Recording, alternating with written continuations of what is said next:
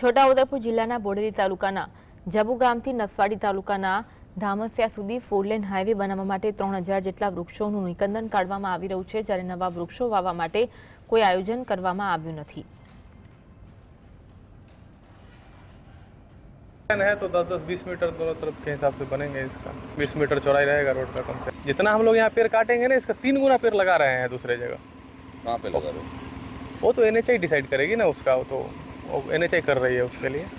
ये कभी भी हम लोग कहीं भी किसी भी प्रोजेक्ट में जितना पेड़ काटते हैं उसका 3 गुना लगाते हैं। ये तो वन विभाग का काम है। वन विभाग ही हम लोगों को इसका परमिशन दिया है।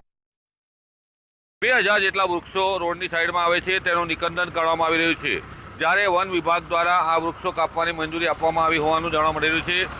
આટલી મોટી સંખ્યામાં વૃક્ષોનું નિકંદન કરવામાં આવતા પર્યાવરણને ભારે નુકસાન થશે, કારણ કે રોડની બંને સાઈડમાં જે રોડ પહોળો કરવાનો છે અને જેને લઈને વૃક્ષો કાપવામાં આવી રહ્યા છે। હાલ તો નસવાડી બોડેલી રોડ ઉપર વૃક્ષો કાપવાની કામગીરી ચાલી રહી છે।